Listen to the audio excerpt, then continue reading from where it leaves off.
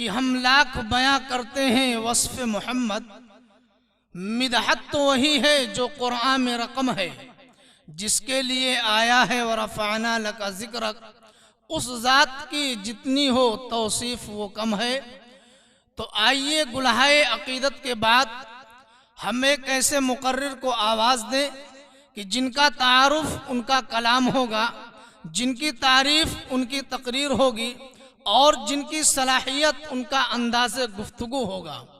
इससे मेरी मुराद मेहमान मोहतरम हज़रत मौलाना मुफ्ती सादुल नजीब साहब वेस्ट बंगाल हज़रत से मैं बहुत ही अदब व एहतराम के साथ गुजारिश कर रहा हूँ कि हज़रत तशरीफ़ लाएँ और अपने मवाइज़ हसना से हमारे क़ुलूब को महज़ूज़ फरमाएँ।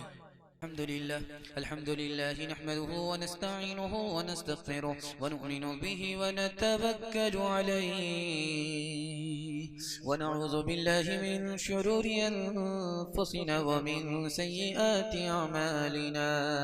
मन यहदिहिल्लाहु फला मुदिल्ल लहु व मन युद्लिल फला हादिय लहु व नशहदु अन ला इलाहा इल्लल्लाहु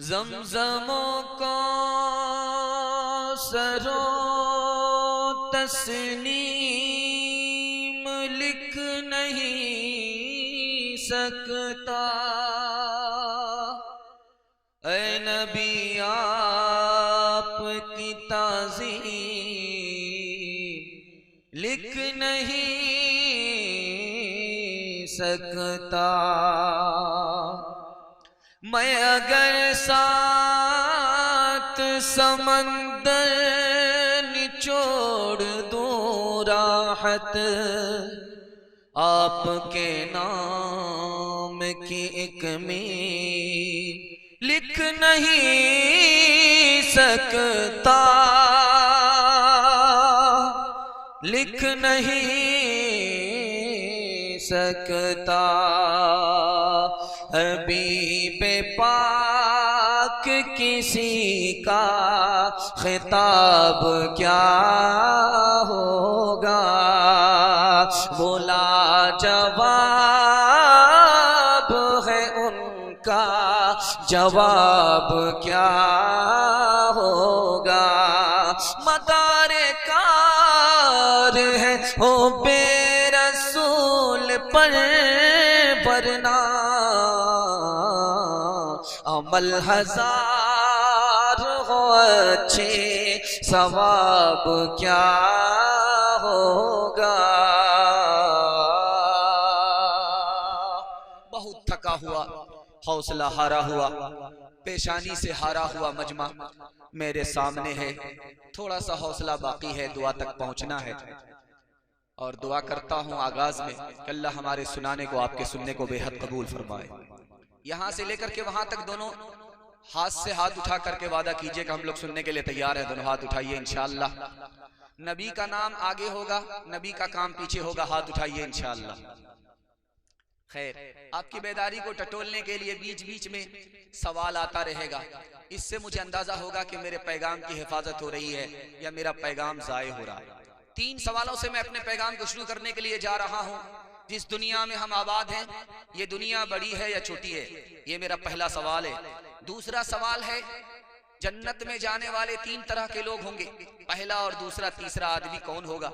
तीसरा और आखिरी सवाल है, जब भी तकिया पर सर रहे तो ये ख्याल रहे कि अल्लाह ने हमारे ऊपर 3 एहसान किया है, बहुत बड़ा एहसान है, जिंदगी खत्म हो जाएगी वो एहसान अदा नहीं होगा, बस मानना ही काफी है। 3 एहसान वो क्या है? ये मेरा आखिरी सवाल है। सुनने के लिए मुकम्मल तैयार है? दोनों हाथ उठा दीजिए इंशाअल्लाह। 3 सवालों से मेरा पैगाम शुरू हो रहा है। जिस दुनिया में हम हैं, ये दुनिया कितनी छोटी है आपको अंदाजा हो जाएगा। बुरुज के एतबार से 12,000 साल इसकी उम्र हो चुकी है, सैयारे के एतबार से इसकी 7,000 साल उम्र हो चुकी है, दिन के एतबार से 3,60,000 साल इसके गुजर चुके हैं। जो गुजर चुका हिस्सा वो ज्यादा था, जो बाकी है वो बहुत थोड़ा।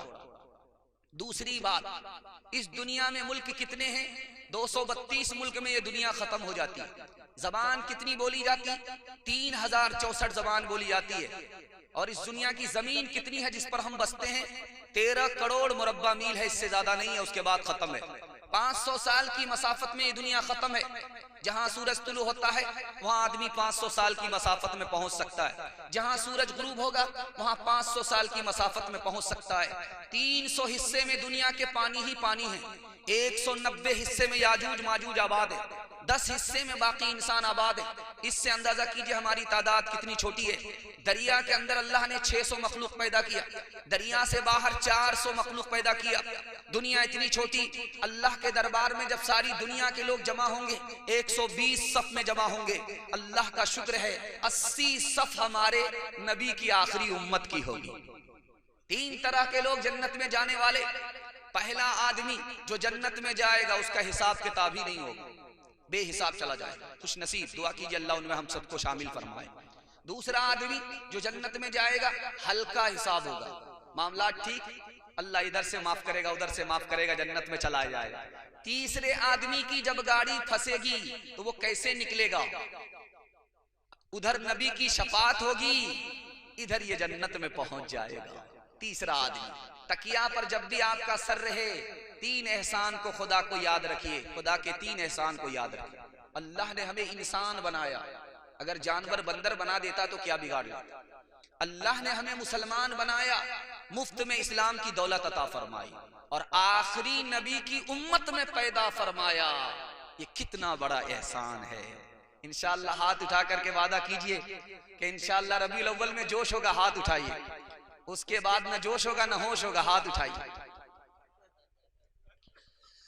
जब जुबान मुस्तफा ने हिलाई, जब जुबान मुस्तफा ने हिलाई, लब पे अल्लाह की बात आई, बज़ में कौनैन पहले सजाई गई, फिर तेरी जात मंजर पे लाई गई। सैयदुल अव्वली सैयदुल आखिरी, सैयदुल अव्वली सैयदुल आखिरी, तुझसा कोई नहीं, तुझसा कोई नहीं। हाथ तकिया है, हाथ तकिया है बिस्तर चटाई, और हिस्से में सारी खुदाई।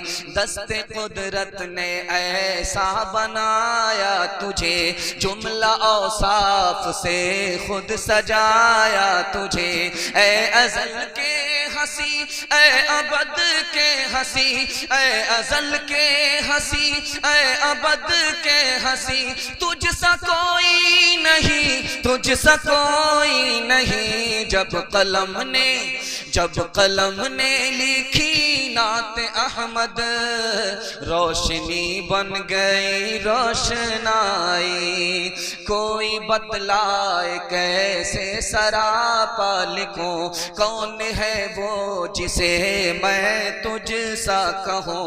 तौबा तौबा मेरी कोई तुझसा नहीं, तौबा तौबा मेरी कोई तुझसा नहीं। तुझसा कोई नहीं, तुझसा कोई नहीं। तुम जहाँ तक न पहुँचे फरिश्तों, है वहाँ तक हमारी रसाई। खूबसूरत माहौल में आप लोग सुन रहे हैं, खाता खुल रहा है, खाता अच्छा होगा इंशाअल्लाह, खात्मा भी अच्छा होगा। हाथ उठा करके वादा कीजिए, आधा सो करके सुनेंगे, हाथ उठाइए इंशाअल्लाह। खैर, आप लोगों की बेदारी को मैं टटोल करके पैगाम देने के लिए जा रहा हूँ। अल्लाह का शुक्र अदा करता हूँ कि आप लोग सुन रहे हैं, बेदारी के माहौल में हैं। अल्लाह आपको जज़ाए खैर दे। दिल से दुआ निकलती है, अल्लाह दीन दुनिया दोनों की भलाई से अल्लाह आपको माला माल फरमाए। ध्यान से सुनिएगा पहला पैगाम। यही यूपी उत्तर प्रदेश है। यहाँ के 60 साल के बूढ़े बिहार पहुंचते हैं, 16 साल की लड़की से उनका निकाह हो जाता है। कितना खुश नसीब बूढ़ा है, कमाल है भाई। नमूना दिखिएगा, अरब का शेख आता है हैदराबाद, 16 साल की लड़की मिल जाती है, निकाह हो जाता है। आप जानते हैं क्यों ऐसा होता है? दरअसल वो बेटी समाज ने उसको बोझ बना दिया, निकाह को तिजारत बना दिया।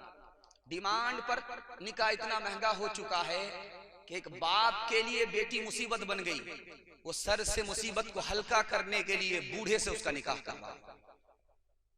इसमें बाप जिम्मेदार नहीं है, ये पूरा समाज कसूरवार है। इससे भी हैरत की बात आपको रखने के लिए जा रहा हूं। पहले ये होता था कि गैर मुस्लिम लड़की को मुसलमान लड़का लेकर के भागता था, ये भी गलत है, हम इसकी भरपूर मजम्मत करते हैं। उसके बाद ये होने लगा कि मुसलमान लड़की को गैर मुस्लिम लड़का लेकर के भागने लगा, ये भी गलत है। उनकी तरफ से इसको कबूल नहीं किया जाता, मजम्मत की जाती है। अब ये होने लगा है, जो आपको हैरत होगी और कलेजा मुंह को आ जाएगा, अब होने ये लगा है कि मुसलमान लड़की गैर मुस्लिम लड़के के साथ सैकड़ों में नहीं, हजारों में नहीं, लाखों में भाग रही। जानते हैं क्यों? 3 वजह से। पहली वजह यह है कि जब हमारी लड़की जवान होती है, किससे बात करती है, कहां से आती है, हमको इससे मतलब ही नहीं है, लड़की बिगड़ जाती है। दूसरी वजह, हम आंख बंद करके अपनी बच्ची का स्कूल में दाखिला करते हैं, ये भी नहीं देखते हैं कि यहाँ पर लड़के भी पढ़ते हैं। लड़का लड़की दोनों जमा हो गए, आग और पेट्रोल एक साथ, इश्क और मोहब्बत में भाग गए। तीसरी वजह, समाज ने निकाह को इतना महंगा कर दिया कि उस लड़की को समाज में लड़का फ्री में मिल ही नहीं रहा है, इसलिए गैर मुस्लिम के साथ वो लड़की भाग रही है। हमारे लिए भी मुसीबत, उनके लिए भी मुसीबत। नुकसान क्या है? उस लड़की का ईमान भी जा रहा है, आबरू भी जा रही है।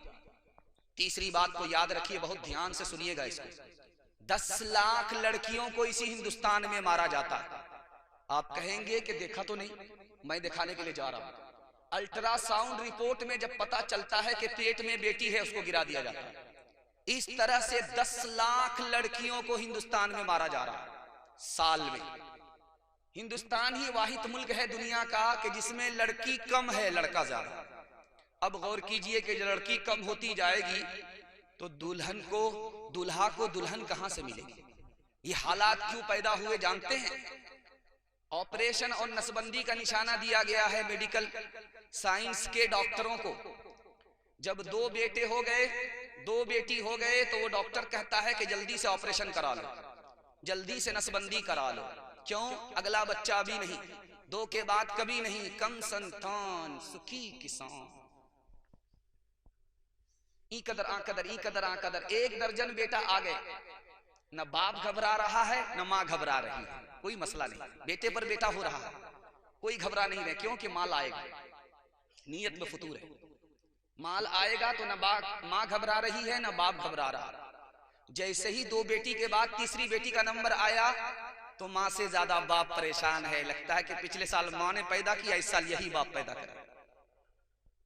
मामला क्या है मैं दिखाने के लिए जा रहा हूं कि बेटी ज्यादा पैदा होगी, मालदार हो गरीब हो जाओगे, गरीब हो कभी मालदार नहीं बनोगे। कुर्बान जाइए, सीरत का जलसा है, पैगाम देने के लिए जा रहा हूं। अल्लाह के रसूल ने कहा, मालदार बनना चाहते हो 2 आसान रास्ते हैं, कबूल कर लो मालदार बन जाओ। तजर्बे से ये बात साबित है। आप दिखाइए कोई आदि हज करके आया हो वो गरीब हो गया हो, दिखाइए, आप साबित नहीं कर सकते। हाँ, ये तो होता है कि पहले लाखपति था अब करोड़पति हो गया, ये तो होता है, लेकिन ऐसा कभी आपने नहीं देखा होगा जो हज में गया वहां से वापिस आया गरीब हो गया। इसी तरह से ऐसा भी बहुत कम होता है। कुंवारा था, जेब में फूटी कौड़ी नहीं थी, जैसे ही निकाह हुआ बच्चे की किस्मत से, बीवी की किस्मत से माला माल हो गया। दो रास्ते हैं मालदार बनने के, निकाह का रास्ता और हज का रास्ता। इंशाअल्लाह दोनों को कबूल करते हैं, हाथ उठाइए। सब काम पहले होगा, हज और निकाह बाद में होगा, हाथ उठाइए इंशाअल्लाह। ध्यान से सुनिएगा, आखिरी बात आपके सामने रखने के लिए जा रहा हूं। हम गरीब हैं या हम गनी हैं, ये दिखाने के लिए जा रहा हूं। तेजी से सुनिएगा, डिस ब्रेक मार करके हमारी तरफ तवज्जो कीजिएगा। 7 खून वैसे भी आपका माफ है, उससे ज्यादा गलती कीजिएगा सीधे जनाजा पढ़ करके जाएंगे। ध्यान से सुनिएगा, दिखाने के लिए जा रहा हूं कि ये जो गुटखा हमारे जवान खा रहे हैं और थूक रहे हैं, आपको अंदाजा है इसमें कितना पैसा थूका जा रहा है? सिंध के जवानों ने 12 अरब रुपया गुटखा में थूक दिया है। ये जो सिगरेट और हुक्का का बाना दिल का धुआं निकाला जाता है, आपने गौर किया इस पर कितना पैसा हमारे जवानों ने फूका है? हमारे जवानों ने सिगरेट में 35 बिलियन डॉलर फूक दिया। शराब में कितना पैसा बहाया गया आपको अंदाजा है? 400 बिलियन डॉलर। अल्लाह ने हमें गरीब बनाया था, हम अपने चाल से गरीब हो गए। बाप से बेटा ने पूछा है, अब्बा हुजूर ये बताइए कि आपने अपनी शादी में कितना पैसा खर्च किया? तो बाप ने कहा बेटा याद नहीं है, लेकिन कर्ज लेना पड़ा था और अभी तक कर्ज चुका रहा हूं, कर्ज अदा नहीं हुआ है। एक मिसाल पर पैगाम खत्म कर रहा हूं।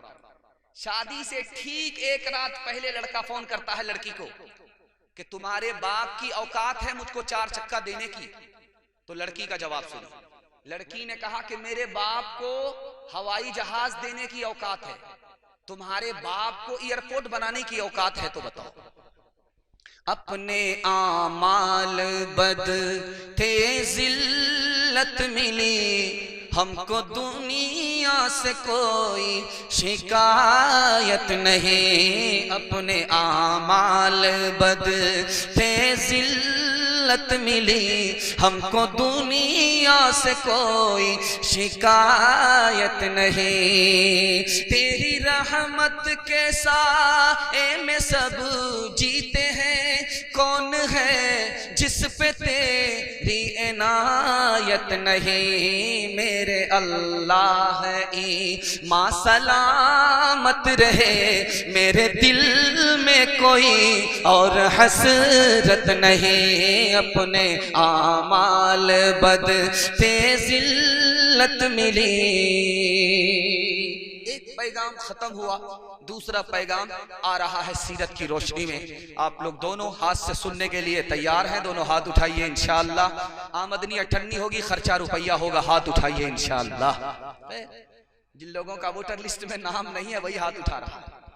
खैर ध्यान दीजिएगा, आप लोग बेदार ज्यादा हो गए हैं, बेदार कम, जो कम बेदार है वो कम है। अल्लाह का शुक्र है, दीन दुनिया दोनों के भलाई से अल्लाह को माला माल फरमाए। ध्यान से सुनिएगा, दूसरा पैगाम आपकी खिदमत में आ रहा है। हमारे नबी ने पूरी जिंदगी में कितनी जंग लड़ी है? 27। सिर्फ 27 जंग हमारे नबी ने लड़ी है। कितने लोग जख्मी हुए थे? 127। कितने लोग गिरफ्तार हुए थे? 6500। जिस दिन गिरफ्तार हुए थे उसी दिन रिहा हो गए। 127 आदमी जख्मी हुए और मारे गए दोनों तरफ से कितने लोग? 1018। अब मैं आपको दिखाने के लिए जा रहा हूं, हमारे नबी की जंग है, जख्मी कितने हैं? 127। आजाद हुए गिरफ्तार होने के बाद 6500, मारे गए दोनों तरफ से 1018। लेकिन पहली जंग अजीम हुई है, तोप से लड़ने वालों ने लड़ी है। कितने लोग मारे गए? 64 लाख। 1914 की जंग में 64 लाख लोग मारे गए। और 1937 की जंग में, दूसरी अजीम में, जंग अजीम में कितने लोग मारे गए? 3.5 करोड़ से 6.5 करोड़ लोग मारे गए। हमारे नबी की जंग होती है तलवार से, इतने कम लोग मारे गए। तोप से लड़ने वालों ने इतने सारे लोगों को खत्म कर दिया। क्यों? इसलिए कि हमारे नबी रहमत बन करके आए थे, माफ किया, एहसान किया, बदला नहीं लिया। इसलिए जीने वाले की तादाद ज्यादा हो गई, मरने वाले की तादाद कम। मुसलमानों को जो आज तरक्की नहीं है उसका राज आपको बताने के लिए जा रहा हूं।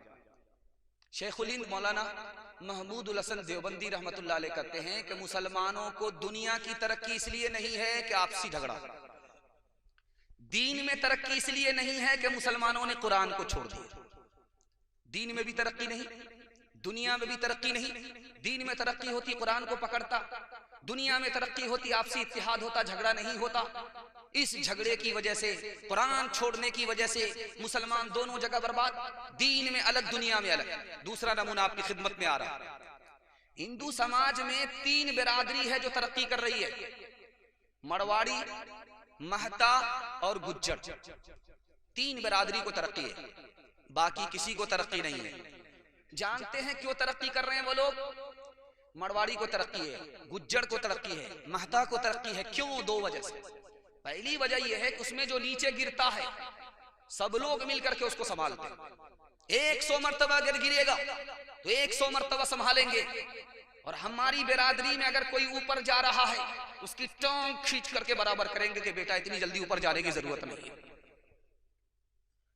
और दूसरी वजह कि महता में, गुज्जर में, मरवाड़ी में अगर कोई झगड़ा होता है तो बैठ करके वही हल हो जाता है, अदालत में नहीं जाता।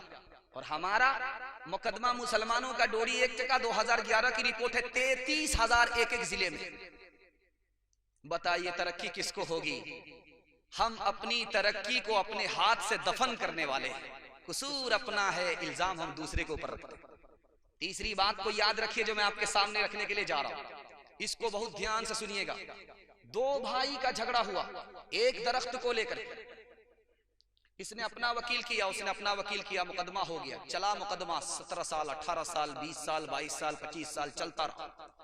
ये भी कंगाल हो गया, वो भी कंगाल हो गया। अब फैसला आया। फैसला अदालत से क्या आया कि दरख्त को काटो, आधा उसको दे दो, आधा इसको दे दो। अब उसकी जेब में पैसा नहीं दरख्त कटाने के लिए, और इसकी जेब में पैसा नहीं दरख्त कटाने के लिए। तीसरी और आखिरी मिसाल आपके सामने रखने के लिए जा रहा हूं। एक मुसलमान दूसरे मुसलमान की मस्जिद में गया है नमाज पढ़ने के लिए। इमाम ने कहा वलज़ालिन, जोर से इधर से आमीन कहा, इधर से आहिस्ते से आमीन कहा। झगड़ा हो गया। सलाम के बाद इसने उसको घूसा मारा, उसने इसको घूसा मारा। इसकी तरफदारी में 10 खड़े हो गए, उसकी तरफदारी में 10 खड़े हो गए। अल्लाह के घर में 2 तबका मुसलमानों का लहू लहान हो गया। अभी ये मुल्क आजाद नहीं हुआ है, कांधला का किस्सा है। अंग्रेज हाकिम है, अंग्रेज की अदालत में 2 मुसलमानों का झगड़ा आया। 15 मिनट तक उसको समझ में नहीं आया कि यह आमीन जमीन का नाम है कि मकान का नाम। जब वकीलों ने बहस किया तब उसको समझ में आया वो आमीन दुआ का नाम, दुआ पर झगड़ा हुआ। उसने कितना प्यारा जजमेंट लिखा, हमारी आंख से पट्टी हटाने के लिए काफी। उसने कहा कि आमीन की 3 किस्में हैं। एक किस्म आमीन की है जोर से आमीन कहना, यह भी हदीस से साबित है। एक किस्म आमीन की है आमीन बिसिर, आहिस्ता से आमीन कहना, यह भी हदीस से साबित है। और एक किस्म है आमीन की आमीन बिशर, फितना उठाने के लिए आमीन कहना, यह हदीस से साबित नहीं है। यह हनफी भी गुनहगार है, यह सलफी भी गुनहगार है। एक मिसाल पर पैगाम खत्म कर रहा हूं, ध्यान से इसको सुनिएगा, अल्लाह कबूल फरमाए। मैं गारंटी लेकर के जाता हूं, आप झगड़े से निकल जाइए, एक दूसरे की मदद के लिए खड़े हो जाइए, अल्लाह आसमान की बुलंदी पर आपको पहुंचा देगा। मैं गारंटी लेकर के जाता हूं। ध्यान से सुनिएगा इसको। कुत्ता घोड़े से तारीफ कर रहा था, घोड़ा कुत्ते से अपनी तारीफ कर रहा था। यार मेरे अंदर क्या खूबी है, टाप मारता हूं, मेरी टाप की धूल आसमान को चली जाती है। तो कुत्ता बोला कि ये कोई बड़ी बात नहीं, इससे बढ़कर के मेरे अंदर कमाल है, जब मैं दौड़ता हूं मेरे पैर की धूल अर्श को चली जाती है। छोटा मुंह बड़ी बात कर रहा है, ठीक है मुकाबला हो जाए। दौड़ना है इस बस्ती से, जलसा की बस्ती से दौड़ना है गोंडा पहुंचना। गोंडा पहुंच करके जो बस्ती पहुंचेगा वो जीतेगा, जो पीछे रह गया वो हार जाए। तो बस्ती का घोड़ा दौड़ करके गोंडा पहुंचा, पलट करके देखा तो बस्ती का कुत्ता बस्ती ही में बैठा हुआ, जाने का नाम नहीं है। जलसे का कुत्ता जलसे ही में बैठा हुआ। तो पलट करके कहता है कि क्या छोटे मियाँ दावे तो बड़े बड़े करते हो, जब दौड़ने की बात आती है तो नब्ज ठार हो जाती है, पेशाब रुक जाता है। क्या यार मैं तुमसे परेशान नहीं, मैं तो अपनी कौम से परेशान, मैं तो तुमको 2 मिनट में पीछे कर दूंगा। बात यह है कि मैं जैसे ही जलसे का कुत्ता इस जलसे से दौड़ूंगा, बस्ती पहुंचूंगा, बस्ती का गोंडा पहुंचूंगा, गोंडा का कुत्ता रोक लेगा कि बेटा बॉर्डर क्रॉस कर रहे हो, पासपोर्ट दिखाओ। मनफाअत एक है इस कौम की, नुक़सान भी एक ही सब का नबी दी ने भी ईमान भी एक, हरमे पाक भी, अल्लाह भी, कुरान भी, क्या बड़ी बात थी होते जो मुसलमान भी एक। फिरका बंदी है कहीं और कहीं जाते हैं, क्या जमाने में पनपने की यही बातें हैं। मुसलमानों संभल जाओ, मुसीबत आने वाली है, तेरी बर्बादियों के मशवरे हैं आसमानों में, तेरी बर्बादियों के मशवरे हैं आसमानों में। न समझोगे तो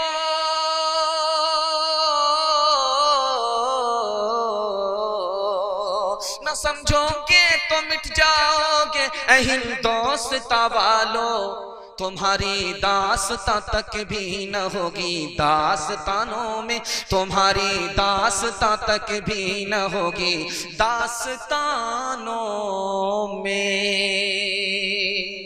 ये समाज हिंदू मुसलमान की यकजहती का समाज है, उसके हवाले से पैगाम देने के लिए जा रहा हूं। आप लोग सुनने के लिए तैयार हैं? दोनों हाथ उठाइए इंशाअल्लाह। जब मुकदमा हार जाएंगे तब भाई को माफ करेंगे, हाथ उठाइए इंशाअल्लाह। दो चार पांच आदमी पटड़ी तो छोड़ ही रहे हैं। एक तो हम हाफ पागल हैं कि 11 बज जाने के बाद बैठे, आप फुल पागल हैं कि घर जाने का नाम ही नहीं ले रहे हैं। दो पागलों का इस्तेमाल हो रहा है, अल्लाह कबूल फरमाए। ध्यान से सुनिएगा, तीसरा मुताला आपकी खिदमत में लेकर के आ रहा हूं, तेजी के साथ निकल जाएगा। मोहम्मद बिन कासिम हिंदुस्तान आए, सिंध को फतह किया।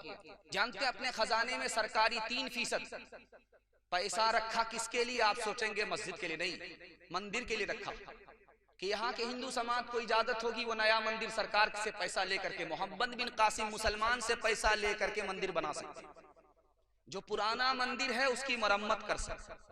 दूसरा नमूना आपकी खिदमत में लेकर के आ रहा हूं। बाबर बादशाह ने अपने बेटे हुमायूं को नसीहत किया कि बेटा, इस हिंदुस्तान में हिंदू मुसलमान दोनों एक साथ जीते हैं। जिस तरह तुम मोहब्बत की निगाह से मस्जिद को देखते हो, नफरत की निगाह मत उठाना मंदिर के ऊपर। मंदिर के ऊपर अगर नफरत की निगाह उठाओगे तो तुमको हिंदू समाज से दोस्ती नहीं रहेगी, दुश्मनी हो जाएगी। तीसरी मिसाल आपके सामने रखने के लिए जा रहा हूं। इस हिंदुस्तान का टाइगर था, उसका नाम था टीपू सुल्तान। दुआ कीजिए अल्लाह उनकी कब्र को नूर से भर दे। 156 मंदिर यहाँ के हिंदू समाज को टीपू सुल्तान ने दिया। 156 मंदिर। 156 मंदिर का मतलब यह है कि एक मंदिर को 100 एकड़ जायदाद दिया। गौर कीजिए कि कितना बड़ा हिस्सा टीपू सुल्तान ने जागीर की सूरत में, मंदिर की सूरत में हिंदू समाज को अता किया। 156 मंदिर। यहाँ के औरंगजेब के बारे में मशहूर है कि वो मंदिर तोड़ता था, लेकिन उनसे पूछिए कि मंदिर तोड़ करके बनाता क्या था? मंदिर ही बनाता था। कमाल है भाई। इलाहाबाद हाई कोर्ट की रिपोर्ट है कि औरंगजेब बादशाह ने हिंदू समाज को जो मंदिर दिया, उसमें एक मंदिर है महाकाली मंदिर, उज्जैन में है। दूसरा मंदिर है बालाजी मंदिर, ये चित्रकूट में है। इसी तरह कामाख्या मंदिर गुवाहाटी में है। इसी तरह जैन मंदिर गरनार में है। देहरादून में गुरुद्वारा राम राय है। सैकड़ों मंदिर देने वाला औरंगजेब है। अब औरंगजेब ने अगर मंदिर तोड़ा तो मस्जिद को भी तोड़ा। जानते हैं क्यों तोड़ा? मंदिर में चोर ला करके चोरी करके दौलत छुपा देता था। मुसलमान चोर मस्जिद में दौलत ला करके चोरी करके छुपा देता था। तो औरंगजेब ने कहा यह मंदिर नहीं है, ये डाकुओं की पनाह है। न रहे बांस न बजेगी बांसुरी। मंदिर भी तोड़ दिया, मस्जिद भी तोड़ दिया। एक मिसाल आपके सामने आ रही है, ध्यान से सुनिएगा। आप लोग अजमेर जाते हैं, अजमेर की जो जामा मस्जिद है आज भी मौजूद है। एक पुराने जमाने की मस्जिद है। उसमें देखिए कि उस मस्जिद में नक्शा मंदिर का, जैन मंदिर का नक्शा। आप बोलेंगे मस्जिद के नक्शे से बननी चाहिए, लेकिन हिंदू मुसलमान मंदिर मस्जिद को इतना एहतराम की निगाह से देखता था कि मस्जिद बन रही है मंदिर के नक्शे। देहरादून जाइए, वहां पर एक पुराना मंदिर है, 1439 ईस्वी का मंदिर है। 1439 ईस्वी का मंदिर है। उस मंदिर में नक्शा मस्जिद का है। मंदिर बन रहा है मस्जिद के नक्शे से, और मस्जिद बन रही है मंदिर के नक्शे से। इससे बढ़कर के भाईचारा और क्या होगा। पांचवा नमूना आपकी खिदमत में लेकर के आ रहा हूं, ध्यान से इसको सुनिएगा। मुरारजी भाई देसाई इस हिंदुस्तान के वजीर आजम थे। सोमनाथ में देखा कि एक मंदिर आबाद है, सोमनाथ में देखा कि बगल में मस्जिद वीरान है। मुसलमानों से हाथ जोड़ करके कहा, मैं अपनी जेब से तनख्वाह दूंगा, तुम एक मुअज्जिन दे दो, एक इमाम दे दो। मैं नहीं चाहता हूं कि मंदिर आबाद रहे मस्जिद वीरान हो जाए, मैं चाहता हूं कि अल्लाह का घर मस्जिद आबाद रहे, वीरान ना रहे। आखिरी नमूना आपकी खिदमत में लेकर के आ रहा हूं, आप लोग सुनने के लिए मुकम्मल तैयार है? दोनों हाथ से हाथ उठाइए इंशाअल्लाह। शिवाजी और औरंगजेब ने मुकाबला किया। शिवाजी नवाब थे, औरंगजेब बादशाह थे। औरंगजेब ने शिवाजी को घेर लिया चारों तरफ से। शिवाजी का राशन खत्म हो गया तो माँ से कहा शिवाजी ने कि औरंगजेब ने में जो मेरे खून का प्यासा है मुझको घेर रखा है, राशन खत्म हो गया, क्या करें? तो माँ ने कहा बेटा परेशान होने की जरूरत नहीं है, औरंगजेब से मशवरा करो। माँ वो मेरे खून का प्यासा है, जान का दुश्मन, मुझसे मशवरा करूं? कहा बेटा मैं तुम्हारा वो दुश्मन जरूर है लेकिन वो मुसलमान है, तुमको गलत मशवरा नहीं देगा। शिवाजी खड़े हो गए झंडा लेकर। औरंगजेब ने पूछा बात क्या है? का राशन खत्म हो गया, अब क्या करें? का परेशान होने की जरूरत नहीं है, 10 साल के लिए जंग बंद कर लो, उसके बाद तैयारी करना, फिर मुकाबला। सादुल्ला जो औरंगजेब बादशाह के वजीर थे, कहा हुजूर वो तो 10 साल में मोटा हो जाएगा, आपको शिकस्त दे देगा। तो औरंगजेब ने कहा कि मेरे नबी ने 10 साल के लिए अपने दुश्मन से जंग बंद किया था, मैं अपने नबी की सुन्नत पर खड़ा हूं, मुझे यकीन है कि वो मुझे शिकस्त नहीं दे सकता।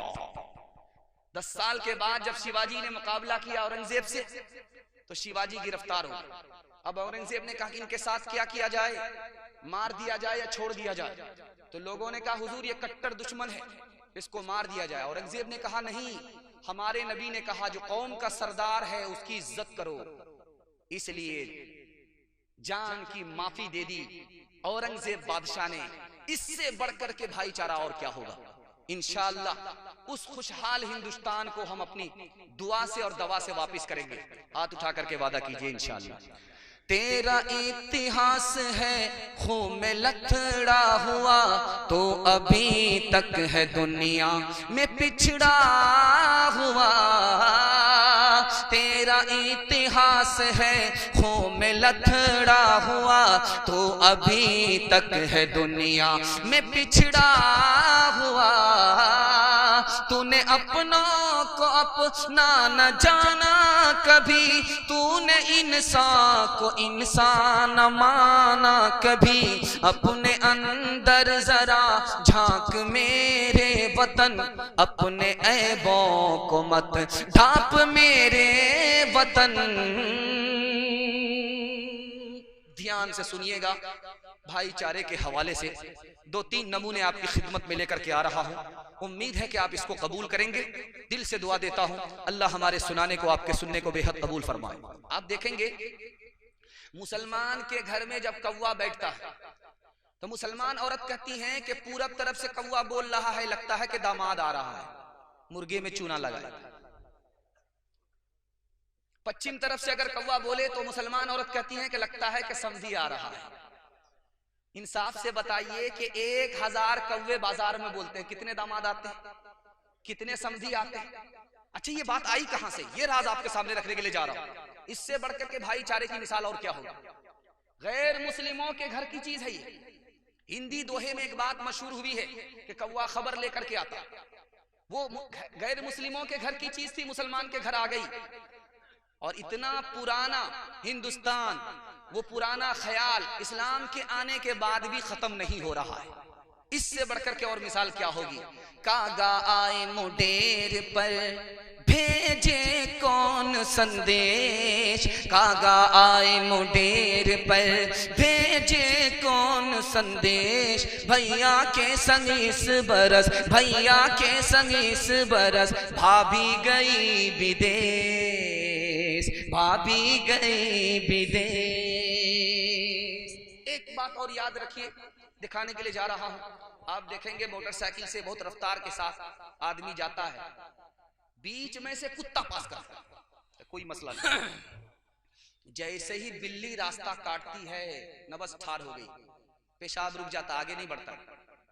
मोटरसाइकिल बंद करके 20 बार इधर थूक रहा, 20 बार इधर थूक रहा। जानते हैं क्यों? ख्याल ये बैठा है दिमाग में कि आगे खतरा होगा। याद रखिए, आगे खतरा होगा अपने गुनाह की वजह से। ये हिंदू समाज का भी ख्याल है, मुसलमान समाज का भी ख्याल है। देखिए दोनों एक बराबर, इस ख्याल में दोनों बराबर दिखाने के लिए जा रहे हैं। हिंदू समाज भी कहता है जो मुकद्दर का लिखा हुआ वो मिट नहीं सकता। आगे अगर खतरा होगा तो अपने गुनाह की वजह से होगा, आगे अगर वो खतरा टल जाएगा तो अपनी नेकी और सदके की वजह से टल जाएगा। घर की जली बन में गई, बन में लागी आग। घर की जली बन में गई, बन में लागी आग। बन बेचारा क्या करे, बन बेचारा क्या करे, जो है हमारे भाग, जो है हमारे भाग।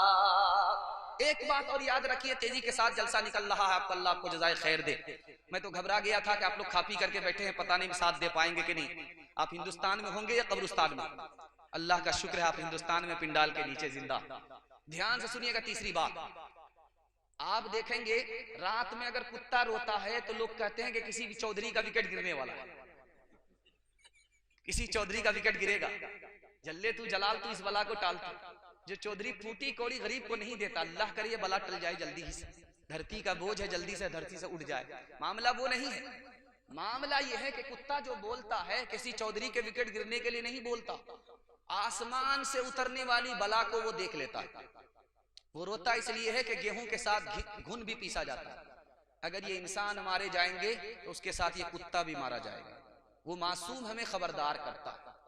जैसे मैं बैठा हूं आपके सामने, एक चौधरी डिंग मार रहा था, एक पैसा भी किसी गरीब को वो देता नहीं, लेकिन तारीफ अपनी बहुत सुनना चाहता था। वो बोला अपने चमचा से कि देखो मेरी हथेली में बाल क्यों नहीं है। हुजूर इसमें पूछने की क्या बात है, आप सखावत करते हैं, सखावत करते करते आपके हथेली के बाल घिस गए। बहुत बड़ा चमचा था। उसने कहा कि अच्छा तुम बेवकूफ बना रहे हो, तुम्हारी हथेली में बाल क्यों नहीं है?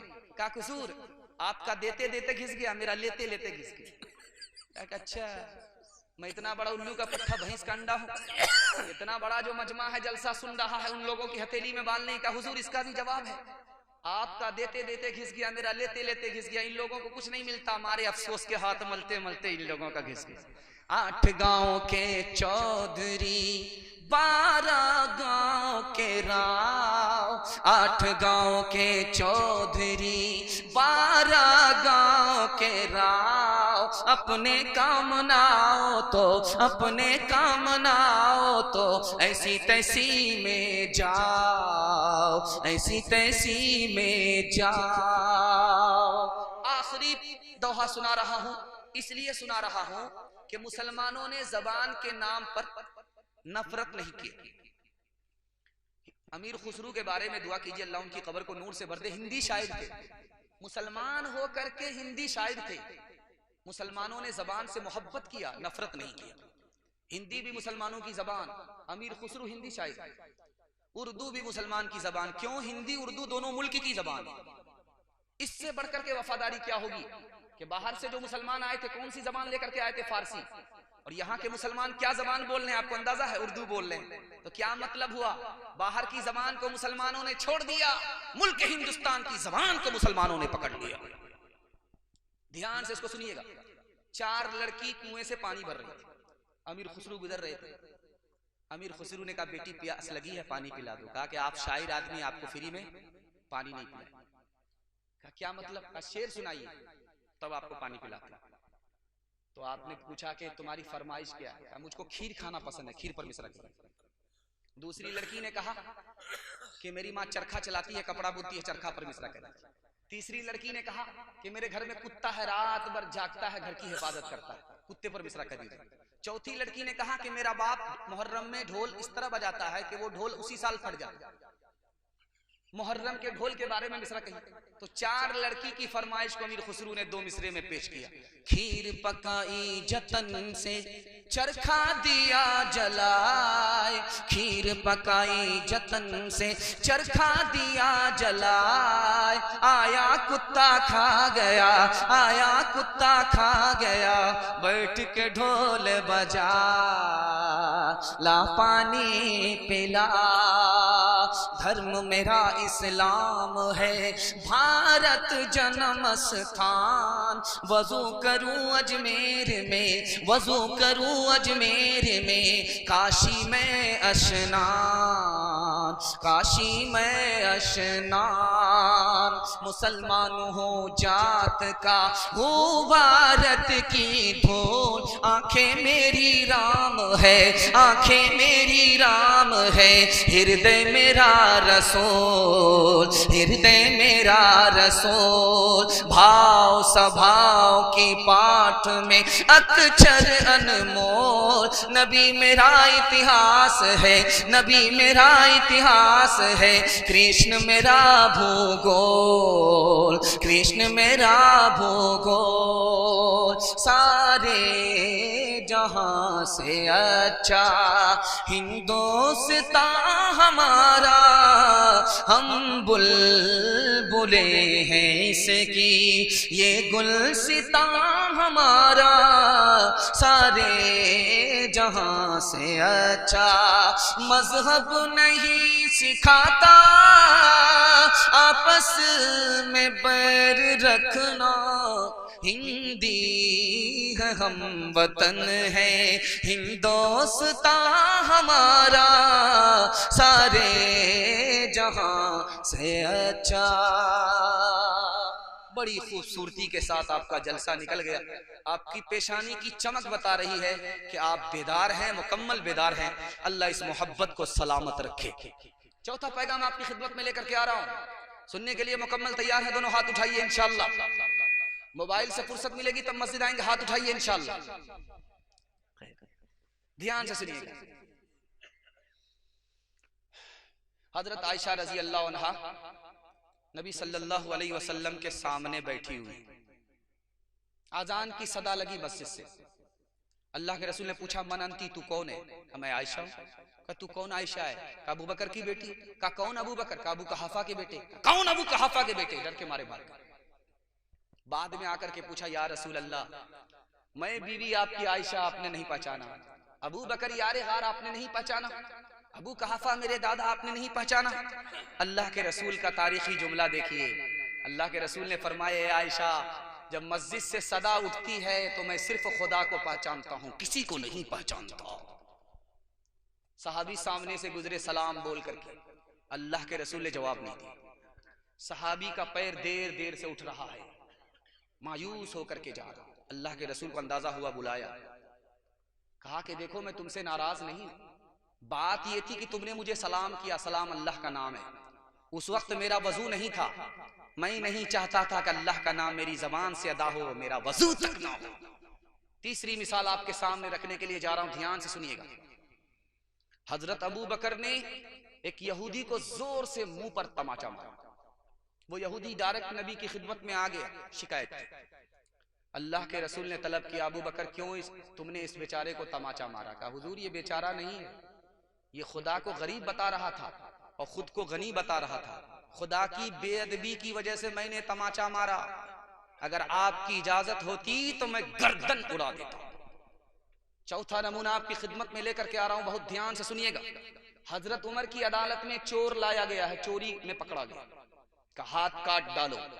चोर गिड़गिड़ाने लगा, रोने लगा, हुजूर पहली गलती है, माफ कर दो। हजरत उमर ने कहा, ऐसा हो ही नहीं सकता, मेरा खुदा अपने बंदे को पहली गलती पर नहीं पकड़ता, जब बार बार गलती पर वो संभलता नहीं है तब पकड़ा जाता है। तू झूठ बोलता है, मेरा खुदा सच्चा है। चौथा नमूना आपकी खिदमत में लेकर के आ रहा हूं, ध्यान से इसको सुनिएगा। आप लाल किला जाइए, वहां पर एक मस्जिद है, उस मस्जिद का नाम है मोती मस्जिद। उसी मस्जिद में औरंगजेब बादशाह नमाज पढ़ते थे, इमाम नमाज पढ़ाता था। जब औरंगजेब आए नमाज पढ़ने के लिए तो वक्त हो चुका था, बोर्ड देख लिया, इमाम इंतजार कर रहा है। तो औरंगजेब ने कहा कि वक्त हो चुका है, आप इंतजार कर रहे हो? किसका इंतजार कर रहे थे? तो इमाम ने अदब से कहा कि हुजूर आपका इंतजार कर रहे हैं। कहा, तुम निकल जाओ मेरी मस्जिद से, मेरा इमाम वो है जो मेरे खुदा के लिए नमाज पढ़ाए, मेरा इमाम वो नहीं हो सकता जो बादशाह के लिए नमाज पढ़ाए। आखिरी नमूना आपकी खिदमत में देता हूं, ध्यान से सुनिएगा।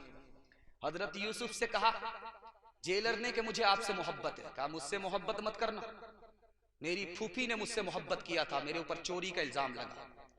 मेरे बाप ने मुझसे मोहब्बत किया था, मेरे भाइयों ने मुझे कुएं में डाला। जुलेखा ने मुझसे मोहब्बत किया, मैं आज जेल के अंदर सजा काट रहा। मोहब्बत करनी है तो खुदा से करो, वरना मुसीबत ही मुसीबत तुम्हें गले लग जाएगी। आखिरी मिसाल दे रहा हूं, ध्यान से इसको सुनिएगा। हजरत मूसा अलैहिस्सलाम ने कहा मेरे परवरदिगार, जिंदगी तो ठीक है, ये मौत की मुसीबत क्यों मुसल्लत कर दी? कहे मूसा तुम बंदे हो, तुम्हें पता नहीं, ये मौत मैंने इसलिए रखी ताकि खुदा के बंदे की खुदा से मुलाकात हो जाए।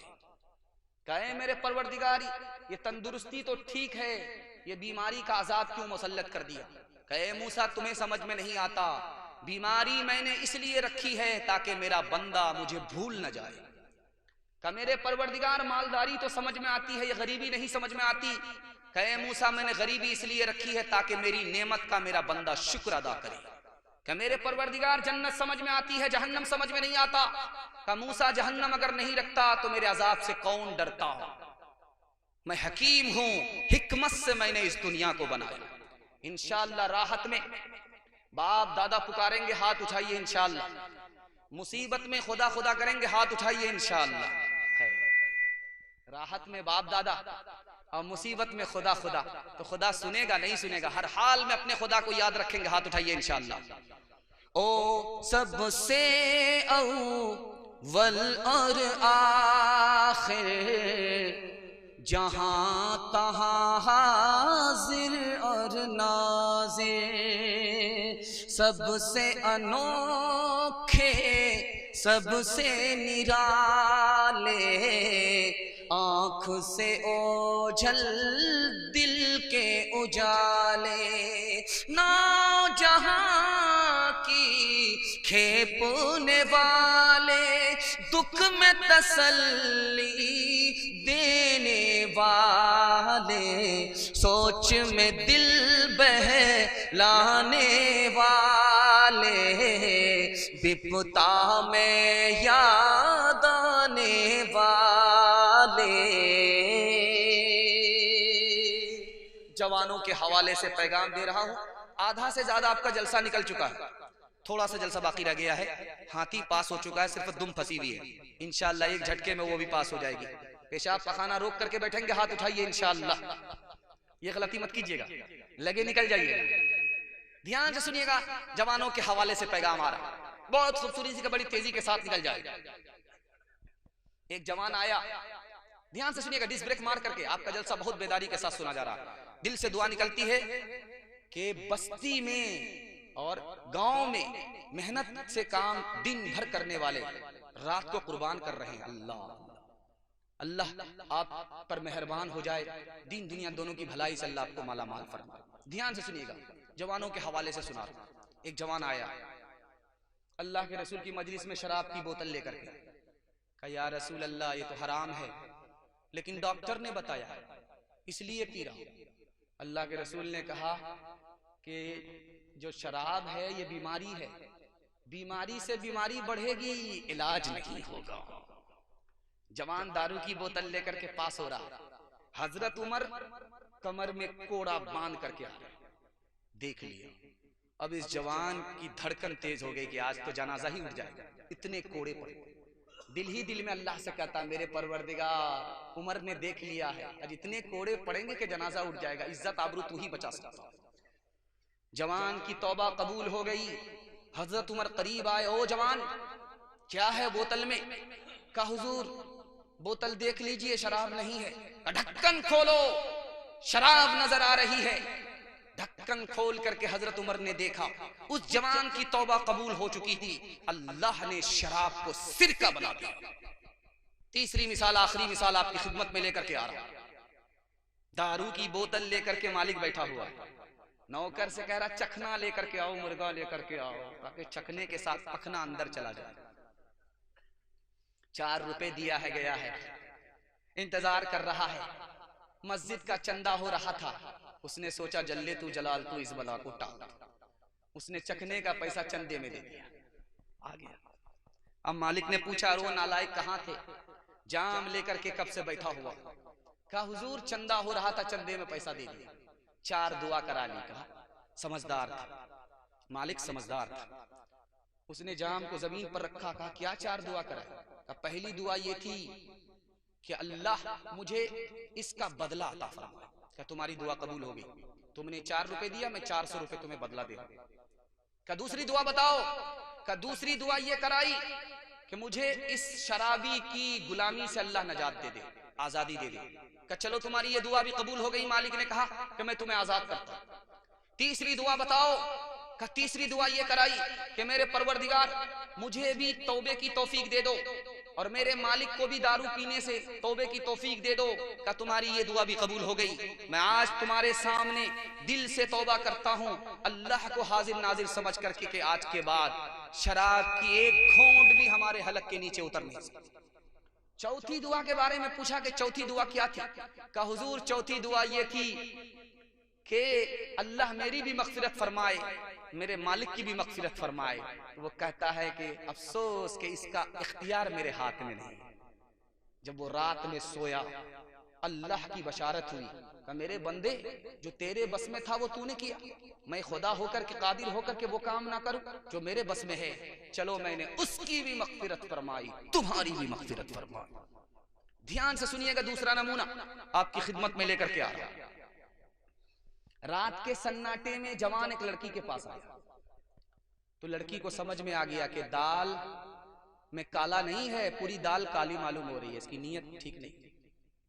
कहा किस लिए आए? कहा जिना के लिए आए। कहा जिना के लिए आए हो? जरा बाहर देखो कोई जाग तो नहीं रहा। एक बार गया, देख करके आया सब सो रहे। दूसरी बार देख करके आया, सब सो रहे। तीसरी बार देख करके आया, कहा सब सो रहे। कहा कि खुदा के बारे में तुम्हारा क्या ख्याल है? कहा वो जाग रहा है। कहा अगर वो जागता तो मैं गुनाह नहीं कर सकती। तीसरी मिसाल आपके सामने आ रही है। जवान आया अल्लाह के रसूल की अदालत में, या रसूल अल्लाह मैं कलमा पढ़ करके मुसलमान होना चाहता हूँ। शौक से मुसलमान हो जाओ। कहा लेकिन मेरी एक आदत है। कहा क्या आदत है? जिना करने की आदत है। वो इजाजत दे दो, मैं कलमा पढ़ लूंगा। अल्लाह के रसूल हकीम थे, हिकमत से बात किया, अक्लमंद से अकल से बात किया। कहा तुम पढ़ो शौक से कलमा, मैं तुमको इजाजत देता हूँ। जवान खुश हो गया, एक वक्त में दोनों काम होंगे, इस्लाम भी कबूल कर लूंगा, जिना भी करता रहूंगा। अल्लाह के रसूल ने मुबारकबादी देने के बाद कहा 4 औरत को छोड़ करके जिससे चाहो मुंह काला करो। वो किसी की माँ ना हो, वो किसी की बेटी ना हो, वो किसी की बीवी ना हो, वो किसी की बहन ना हो। या रसूल अल्लाह आप इजाजत दे रहे हो या जाल में फंसा रहे हो? इसके बाद तो कोई औरत ही नहीं बचती है। तो अल्लाह के रसूल ने कहा कि ओ जवान, तुम्हारी माँ के साथ कोई अगर मुंह काला करे उसको दुनिया में नहीं रहने दोगे। तुम्हारी बेटी के साथ कोई मुंह काला करे उसका कीमा बना दोगे। तुम्हारी बहन और बीवी के साथ कोई मुंह काला करे उसको फांसी पर चढ़ा दोगे। लेकिन याद रखो, तुम जिसके साथ मुंह काला कर रहे हो वो भी किसी की माँ है, वो भी किसी की बेटी है, वो भी किसी की बहन है, वो भी किसी की जोरू है। 2 मिसाल पर पैगाम को खत्म कर रहा हूं। आप सुनते हैं जर्मनी में क्रिकेट नहीं खेला जाता, पूरी दुनिया में क्रिकेट खेला जा रहा है और सबसे ज्यादा हिंदुस्तान में क्रिकेट खेला जा रहा है। जिसको जाना भी नहीं है वो भी क्रिकेट खेलता। अब तो विकलांग भी क्रिकेट खेलने लगे। पता नहीं ये कहां जाएंगे, ये कौन से शहंशाह बनेंगे, अल्लाह जाने क्या बुखार है। विकलांग भी क्रिकेट खेलने लगे। तो जर्मनी एक वाहिद मुल्क है जिसमें क्रिकेट नहीं खेला जाता। जानते हैं क्यों? ये राज आपको बता रहा हूं। जर्मनी का हिटलर आया क्रिकेट के मैदान में, टेस्ट मैच चल रहा था। कहा कि भाई क्या हुआ, कौन जीता कौन हारा? कहा हुजूर 3 दिन हो गए, 3 दिन और बाकी है, उसके बाद नतीजा आएगा कि कौन जीत रहा कौन हार रहा। हिटलर ने कहा कमीने कहीं के इस खेल को बंद करो। 11 बंदर नाचते हैं, बाकी सारे मदारी तमाशाई होते हैं। 11 तो काम के हैं, बाकी सब निकम्मे हो जाते हैं। आज के बाद हमारे इस मुल्क में कोई क्रिकेट नहीं खेलेगा। क्रिकेट का बल्ला जिस लड़के के हाथ में आ जाए, तजर्बा देख लीजिए, पढ़ करके नहीं देगा। ध्यान से सुनिएगा, आखिरी बात। हारून रशीद का दरबार है। एक जवान आया, सुई गाड़ करके धागे का निशाना ले रहा है। निशाना ले करके नाक से धागा पास कर, इधर से ताली बजी, उधर से ताली बजी। हारून रशीद ने कहा कि 10 रुपया इनाम दो, 10 जूते मारो। अब लोगों के कान खड़े हुए कि जूते क्यों मारा जा रहा है? तो कहा ये नालायक करतब के चक्कर में अपनी जिंदगी लाइफ को बर्बाद कर दिया और खुद भिखारी होकर के रह गया। अगर ये पढ़ने लिखने में अपने वक्त को लगाता, कितना कीमती होता कि खुद भी संभलता, पूरी कौम को संभाल देता। हाथ उठा करके वादा कीजिए इंशाअल्लाह, दारू से, शराब से, जिना से और गाने बजाने से हमारा समाज पाक होगा। हाथ उठाइए इंशाअल्लाह, बिल्कुल सही जा रहा। आज गुनाह करेंगे, कल फुर्सत से तौबा कर लेंगे। हाथ उठाइए इंशाअल्लाह। फिर यहाँ फंसे, सोच रहे थे कि मुकम्मल निकल जाए।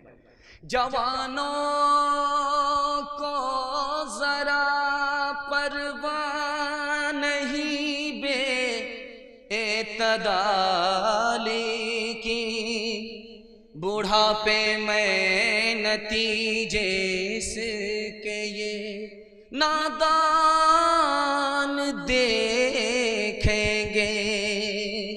तेरी दीवानगी पर तरस आता है मुझे अकबर, कोई दिन वो भी होगा हम तुझे इंसान देखेंगे। कौम से मैं की सिफारिश क्या करूं, कौम से मैं की सिफारिश क्या करूं, नेक को शैतान कर देती है ये। कौम से मैं की सिफारिश क्या करूं, नेक को शैतान कर देती है ये। एक जौहर है फकत उसमें मुफीद, खुदकुशी आसान कर देती है ये। दर्स था यकसां मगर वो तो मसीही ही रहे, तुझ पे मजहब के एवज शैतान का काबू हो गया। एक ही बोतल से पी होटल में दोनों ने शराब, एक ही बोतल से पी होटल में दोनों ने शराब। लुत्फ मस्ती उनको आया और तू उल्लू हो गया। लुत्फ मस्ती उनको आया और तू उल्लू हो गया।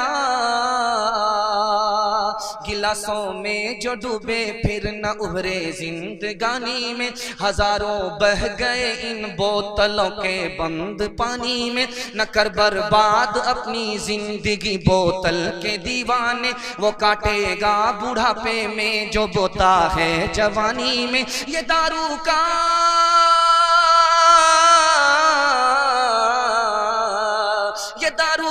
पियाला मौत का कड़वा पियाला है। मिला है जहर शरबत में, मिला है जहर शरबत में, छुपी है आग पानी में। मिला है जहर शरबत में, छुपी है आग पानी में। जलसा निकल गया, औरतों के हवाले से आ रहा है। सुनने के लिए आप लोग मुकम्मल तैयार हैं? दोनों हाथ उठाइए इंशाअल्लाह। औरतों की लाठी से खबर लेंगे, हाथ उठाइए इंशाअल्लाह। खैर ध्यान से सुनिएगा, दाना पानी सब बंद हो जाएगा। ध्यान से सुनिएगा, औरतों के हवाले से आखिरी मरहले में पैगाम जलसा आपका पहुंच चुका है। उम्मीद नहीं थी, उम्मीद से ज्यादा आपने जलसे को निकाल दिया। बिल्कुल थोड़ा सा जलसा बाकी रह गया। औरतों के पैगाम के बाद जलसा खत्म हो जाए। 2 पैगाम सिर्फ बाकी रह गए औरतों के। 5-5 मिनट का पैगाम है, 10 मिनट के बाद आपका जलसा खत्म हो जाएगा। अल्लाह इस जलसे को सलामत रखे, इसके असर को सलामत रखे, दीन दुनिया दोनों की शराफत और इज्जत से हम सबको अल्लाह माला माल फरमाए। ध्यान से सुनिए, मैं आपको बयान सुना रहा हूँ, उस वक्त से कुरान सुना रहा हूँ, बयान सुना रहा हूँ, शेरो कलाम सुना रहा हूँ। आपको मजा आ रहा है, कि मुझे महसूस हो रहा है, लेकिन सबसे ज्यादा मजा कौन से काम में है? अल्लाह आपके इल्म में इजाफा फरमाए, मेरे मुताला को ताज़ा फरमाए। ध्यान से इसको सुनिएगा, सबसे ज्यादा मजा कौन से काम में आता है?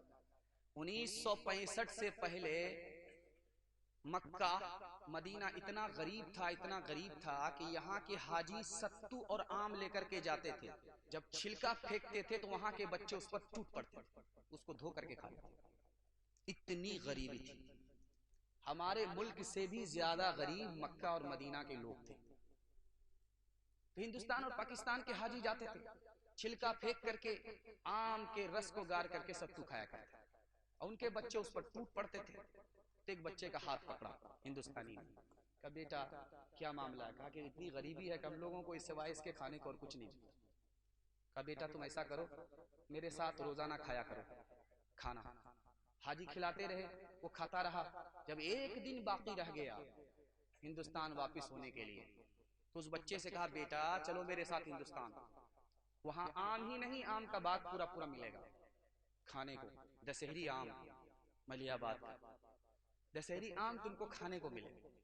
तो वो बच्चा एक सवाल करता है कि चाचा जान ये बताइए, आम खाने के लिए मैं हिंदुस्तान तो चला जाऊंगा, लेकिन ये काबा हिंदुस्तान में मुझको मिलेगा? मैं इस काबे को छोड़ करके हिंदुस्तान नहीं जा सकता। मैं आपको एक राज बता रहा हूं, दुनिया के हर काम में मजा आता है, लेकिन सबसे ज्यादा मजा नहीं आता। आप नमाज पढ़ते हैं, मजा किरकिरा जाता है। रोजा में तो मुकम्मल मजा मिलता ही नहीं, मजा ही किरकिरा जाता। खाने की इजाजत नहीं, पीने की इजाजत नहीं, मुकम्मल पाबंदी। बयान आप सुन रहे, थोड़ा मजा आएगा थोड़ा नहीं आएगा। सब काम में मजा आता है, लेकिन ज्यादा मजा नहीं आता। एक काम है जिसमें सबसे ज्यादा मजा मिलता है, अल्लाह के घर पहुंच करके तवाफ में लग जाए, इससे ज्यादा मजा किसी में नहीं आता। जवान बेटा बूढ़ी माँ को पीठ पर लेकर के तवाफ कर रहा था, कहा मुबारक हो मुबारक हो। कौन है? कहा मेरी माँ। 7 साल से मैं अपनी पीठ पर लेकर के इनको हज करा रहा, और मेरा ख्याल ये है कि 7 साल के बाद दूध का हक अदा हो जाएगा। तो उस जवान, उस चचा ने कहा कि बेटा तुम्हारी गलत फहमी है, 7 साल में हज कराने के बाद माँ के दूध का हक अदा हो जाएगा, ये तो बहुत दूर की बात है। तुम्हारी माँ गरीब थी, उसको एक ही बिस्तर था, ठंडी का जमाना था, तुम उस वक्त दूध पी रहे थे, दूध पीता बच्चा था। तुम्हारी माँ तुमको लेकर के सो रही थी, तुमने रात में पेशाब किया, पखाना किया। तुम्हारी माँ ने उठ करके उस बिस्तर को धोया, तुमको धोया, उसके बाद उसके पास दूसरा बिस्तर नहीं था, वो कच्चे में सो गई, तुमको पेट पर लेकर के रात भर जागती रही। अभी तो उसे एक रात का हक अदा नहीं हुआ है, दूध का हक अदा करने की बात तो बहुत दूर की है। एक बात याद रखिए हमेशा, शादी हो जाती है नए जोड़े की, पेट में जैसे ही बच्चे की आमद होती है, क्या इनकलाब आता है, ये सुनकर के आपको हैरत होगी। शादी होने के बाद जैसे ही बच्चे माँ के पेट में आते हैं, अल्लाह पिछले गुनाह माँ के माफ फरमा देता है। अब बच्चा जूजू बढ़ता रहता है, बढ़ता रहता है, उसका वेट बढ़ता रहता है, वजन बढ़ता रहता है। अब माँ को बैठने में तकलीफ है, लेटने में तकलीफ है, आह निकलती है, ऊह निकलती है। जानते हैं क्या इनकलाब आता? फरिश्ता नामे आमाल में तस्बीह का सवाब लिखता।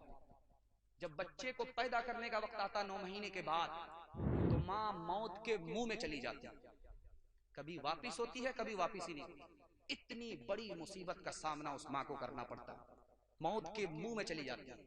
अगर वो माँ मौत के मुंह में चली गई, वापिस नहीं हुई, तो अल्लाह ताला कितना बड़ा अज्र देता है, शहादत का रुतबा उसे आता फरमाता है। अगर वो माँ मौत के मुंह से वापिस आ गई, तो उसको क्या मिलता है? अल्लाह अपनी जन्नत को उसके कदमों में डाल देता है। छोटा बच्चा माँ की गोद में है, माँ उसको अल्लाह बोलने के लिए कह रही है, वो तोतली जबान से अल्लाह बोल रहा है, माँ उसको बोल रही है रसूलुल्लाह बोलने के लिए, वो तोतली जबान से रसूलुल्लाह बोल रहा है। उस माँ को अज्र मिलता है, हर सांस के बदले सदके का सवाब मिलता है। जैसे ही वो बच्चा बड़ा हुआ, उस माँ ने उसको मकतब दिखाया, मकतब के बाद वो मदरसा पहुंचा, मदरसे में उस बच्चे की तालीम हुई, तालीम के नतीजे में वो हाफिज कुरान हो गया। जानते उस माँ का मकाम कितना बड़ा हो गया, उस बाप का मकाम कितना बड़ा हो गया। अल्लाह उस माँ बाप को सूरज से बढ़ करके सर का ताज अता फरमाता है। एक बात याद रखिए, अभी एक चप्पल यहाँ है, एक चप्पल वहां है, ससुराल में है, लड़की मैके से आई है, एक चप्पल जो वहां थी पड़ी हुई, उसको उठा करके वहां जोड़ा लगा दिया। वो चप्पल जो वहां पड़ी हुई थी, उसको वहां से उठा करके यहाँ जोड़ा लगाया। अल्लाह एक नेकी अता फरमाता, एक गुनाह माफ कर देता है, एक दर्जा जन्नत में बुलंद कर देता। और आगे जो मैं आपको सुनाने के लिए जा रहा हूं, उसको सुन करके आपको हैरत होगी। अभी बेटी मैके में है, मैके से ससुराल में है, अब वो मैके आना चाहती है माँ बाप से मुलाकात के लिए। उसको याद आ गई माँ बाप, तो अपने शौहर को फोन करती है कि मैं मैके आना चाहती हूँ, माँ बाप से मुलाकात करना चाहती हूँ, शौहर ने मुझे इजाजत दिया है। अब उसका कदम उठ रहा है शौहर की इजाजत के बाद तो अल्लाह हर कदम पर 100 गुना माफ फरमाता है, 100 दर्जे बुलंद फरमाता है, 100 नेकी में इजाफा फरमाता है। अब देखिए बेटी वहां से चली है, कोंडा रेलवे स्टेशन पहुंच चुकी है, बेटी को यहाँ आना है, बीमार बाप उठ करके बार बार देख रहा, दरवाजे को देख रहा है, बूढ़ी माँ उठ करके बार बार दरवाजे को देख रही है, बेटी आ रही कि नहीं आ रही है।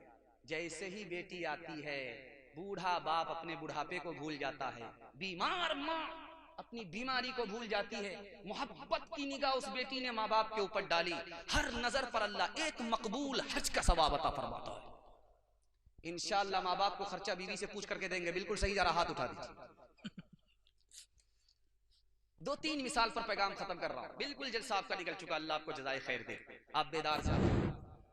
छोटे बच्चा माँ से तकरार कर रहा था, तो माँ ने कहा बेटा मैं अपना दूध तुमको माफ नहीं करूंगी। तो बेटा तन करके कहता माँ तूने मुझे डब्बे का दूध पिलाया, कौन सा एहसान तेरा है। दूसरी मिसाल आ रही है, ध्यान से सुनिएगा। मैडम आई है, ससुराल आई है, कान में कुछ बात कह रही है, जन मुरीद को, जोरू के गुलाम को कान में कुछ कह रही है। देखिए मैं आपकी खातिर अपने माँ बाप को छोड़ करके आ रहा हूँ, क्या आप मेरी खातिर अपने माँ बाप को नहीं छोड़ सकते? क्यों नहीं छोड़ सकते?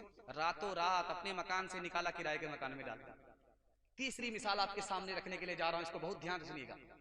बीवी बार बार गाली दे रही है, ये चुपचाप सुन रहा है, टस से बस नहीं हो रहा। बीवी गाली पर गाली, गोला पर गोला छोड़ रही। जब इसको बर्दाश्त नहीं हो सकी, बर्दाश्त से बाहर हो गई, तो ये क्या कहता, अफसोस के तू मेरी बीवी है, अगर तेरी जगह माँ होती तो हड्डी पसली एक कर देता।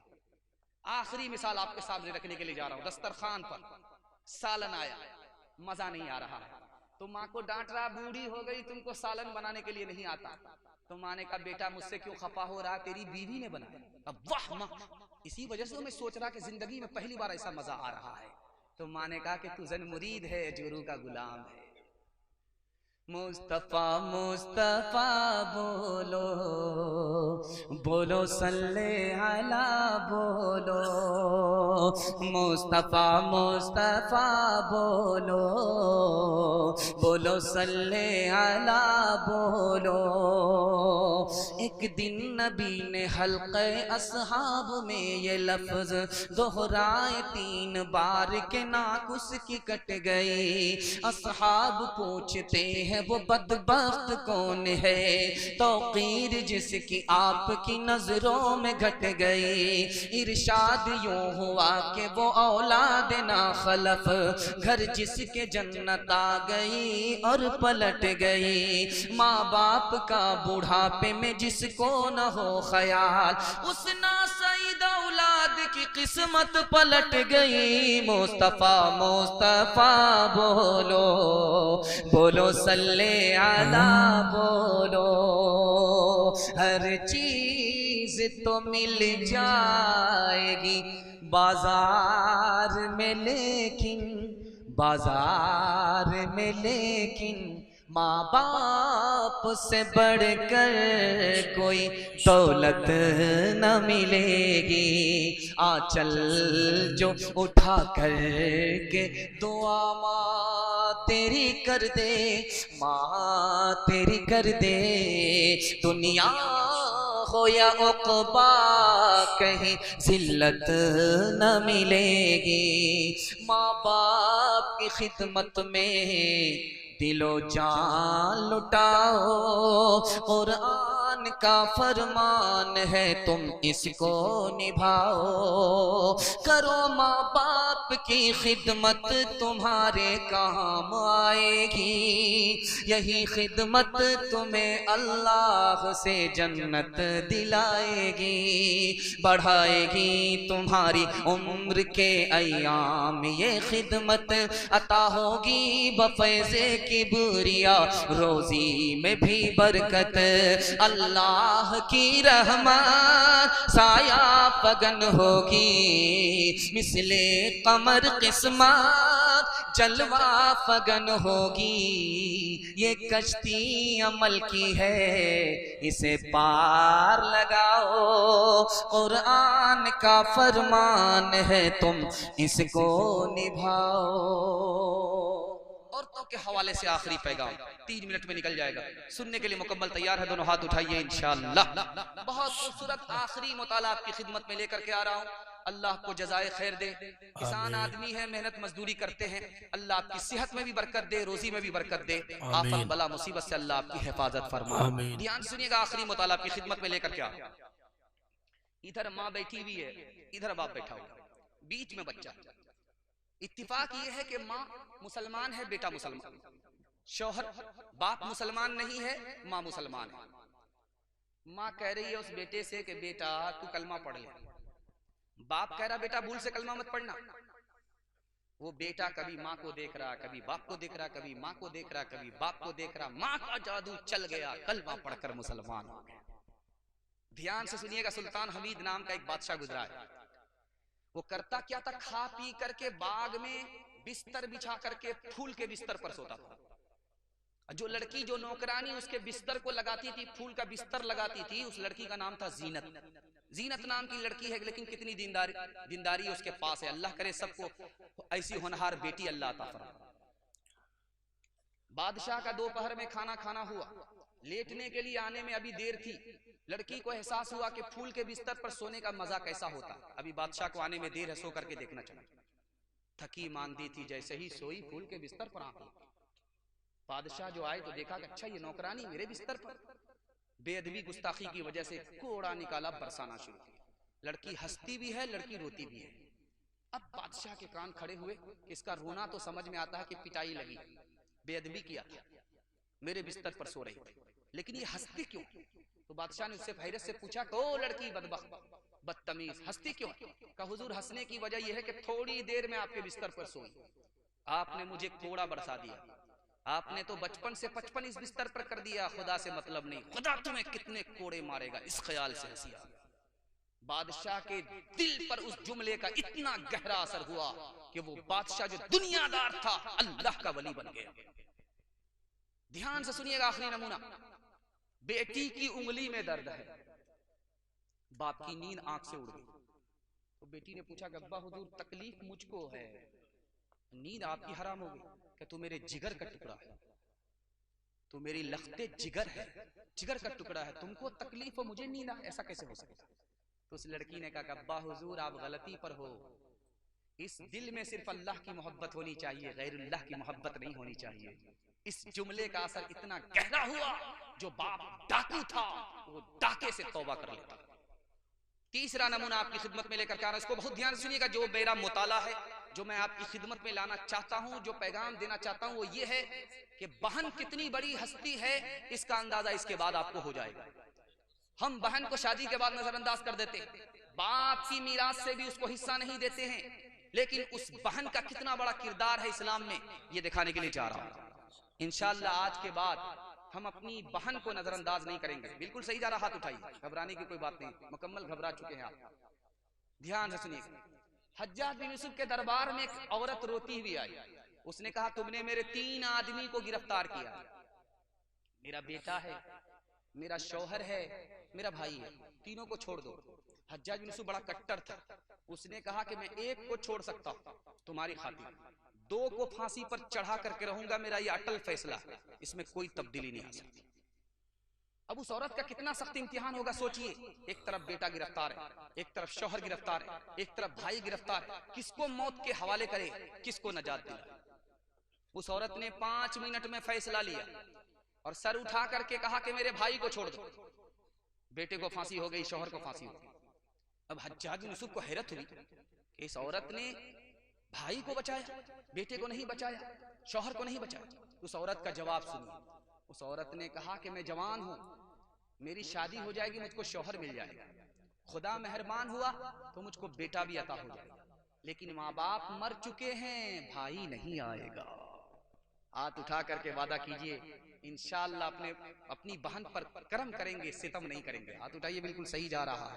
खबर हदीसों में जिसकी आई वही जमाना अब आ रहा है, ज़मी भी तैवल बदल रही है, फलक भी आँखें दिखा रहा है।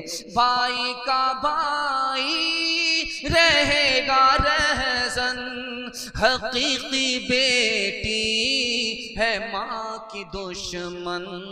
पेसर ने छोड़ा पेदर का दामन, बहन को भाई सता रहा है।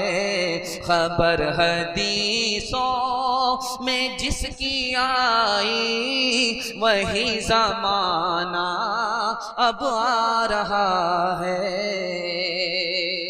जलसा निकल गया। 3 वादा आप दीजिए, आपके घर में मैं गारंटी लेकर के जाता हूं आफत नहीं आएगी। 3 वजह से आफत आती है। गुनाह करेंगे आफत आए, हराम कमाएंगे आफत आए, गलत माहौल में रहेंगे आफत आए। आप तीनों से तौबा करके दिखाइए, मैं गारंटी लेकर के जाता हूं आपके घर में कभी आफत नहीं आएगी। हाथ उठा करके वादा कीजिए इंशाअल्लाह गुनाह नहीं करेंगे, गलत नहीं कमाएंगे, गलत माहौल में नहीं जाएंगे। और 3 काम पर खड़े हो जाइए, आपकी तरक्की को कोई रोक नहीं सकता। पूरे कुरान पर अमल हो जाएगा, इज्जत की चोटी पर अल्लाह पहुंचा देगा। अल्लाह की इबादत करेंगे, हाथ उठाइए इंशाअल्लाह। रसूलुल्लाह की इताअत करेंगे, मखलूक की खिदमत करेंगे। न किताबों से नवाजों से नजर से पैदा, दीन होता है बुजुर्गों की नजर से पैदा। नहीं सीखा इन्होंने दीन रहकर शेख के घर में, पले कॉलेज के चक्कर में, मरे साहब के दफ्तर में थे। केक के चक्कर में तो रोटी भी गई, बड़ी शेख की ताक में थे तो छोटी भी गई। न मानी बात वाइस की, थे पतलून के चक्कर में तो लगोटी भी गई। वाखिर दावाना अनिल हम्दुलिल्लाहि रब्बिल आलमीन। अल्लाहुम्मा सल्ली अला सय्यिदिना हबीबिना शफीना व मौलाना मुहम्मदिन व बारिक व सल्लिम। रब्बना आतिना फिद दुनिया हसनतन व फिल आखिरति हसनह व क़िना अज़ाबन नार। अल्लाहुम्मा मन अहयैतहु मिन्ना फ़अहयिही अलल इस्लाम व मन तवफ़्फ़ैतहु मिन्ना फ़तवफ़्फ़हु अलल ईमान। अल्लाहुम्मा अंसुरना अला अदुव्विका व अदुव्विहिम। अल्लाहुम्मा लअनिल कफ़रता अल्लज़ीना यसुद्दूना अन सबीलिक व युकज़्ज़िबूना रुसुलक व युक़ातिलूना औलियाक। अल्लाहुम्मा ख़ालिफ़ बैन कलिमतिहिम व ज़ल्ज़िल अक़दामहुम वअन्ज़िल बिहिम बअसक अल्लज़ी ला तरुद्दुहु अनिल क़ौमिल मुजरिमीन। या अल्लाह हमारे बूढ़ों को कबूल फरमा, हमारे बूढ़ों की उम्र में बरकत अता फरमा, उनकी सेहत में उम्र में बरकत अता फरमा, उनका साया तादीर कायम फरमा। जिस्मानी रूहानी तमाम बीमारियों से हमारे बूढ़ों को नजात अता फरमा।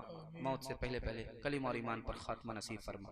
ए हमारे परवरदिगार, हमारे जवानों को कबूल फरमा, जायज़ रोज़गार अता फरमा, सेहत में बरकत अता फरमा, खिदमत के लिए कबूल फरमा, इताअत और इबादत के लिए कबूल फरमा, दुनिया की शराफत और आखिरत की इज़्ज़त अता फरमा, दीन का हाफिज़, दीन का मुहाफिज़ बना, दीन का दाई, दीन का शहदाई बना। ए हमारे परवरदिगार, हमारे जवानों को इज़्ज़त की चोटी पर पहुँचा दे। छोटे बच्चे, मिल्लत के बच्चे ए अल्लाह बड़ी तादाद में हैं, इनको इल्म और हुनर से महरूम ना फरमा, इनके मुस्तकबिल को रोशन फरमा, माँ बाप के दिल की मुराद पूरी फरमा। पर्दानशी हमारी माँ और बहनें हैं, ए हमारे परवरदिगार उनके ईमान की, उनकी आबरू की हिफाजत फरमा। ए हमारे परवरदिगार उनके ईमान की, आबरू की हिफाजत फरमा, जन्नत जाने वाली, जन्नत ले जाने वाली बना। ए हमारे परवरदिगार जो परेशान हाल है उनकी परेशानी को दूर फरमा, जो मकरूज़ हैं उन्हें कर्ज से नजात अता फरमा, जिन घरों में लड़कियां बेनिकाही हैं गैब से मुनासिब जोड़े का जल्द अज जल्द इंतज़ाम फरमा। जिन जवानों ने इस जलसे को सजाया बनाया, ए अल्लाह उन जवानों को कबूल फरमा, उनको सीरत और सूरत का गाजी और नमाजी बना। ए हमारे परवरदिगार हमारे जवानों को कबूल फरमा, उनको सीरत और सूरत का मालिक बना, ज़ाहिर और बातिन का एक और नेक बना, हाल को खुशहाल फरमा, मुस्तकबिल को रोशन फरमा, दीन की हिफाजत फरमा, जान की हिफाजत फरमा, अक़ल की हिफाजत फरमा, नस्ल की हिफाजत फरमा, मुल्क व माल मजहब की हिफाजत फरमा, मदारिस की हिफाजत फरमा, खानका की हिफाजत फरमा, मुसलमानों की इज़्ज़त आबरू की हिफाजत फरमा। ए हमारे परवरदिगार इस मुल्क को खुशहाल फरमा, इस मुल्क को तरक्की से माला माल फरमा, आपसी इख्तलाफ से, आपसी इंतशार से इसकी हिफाजत फरमा। अल्लाह इनके पुराने दिन को वापस फरमा, इसको खुशहाल फरमा, जो मांगा है वो भी अता फरमा, जो मांगने से रह गया वो भी अता फरमा, मांगने से ज़्यादा अता फरमा। अल्लाहुम्मा अर्हमना वरहमहुम फ़इन्नका खैरुर राहिमीन।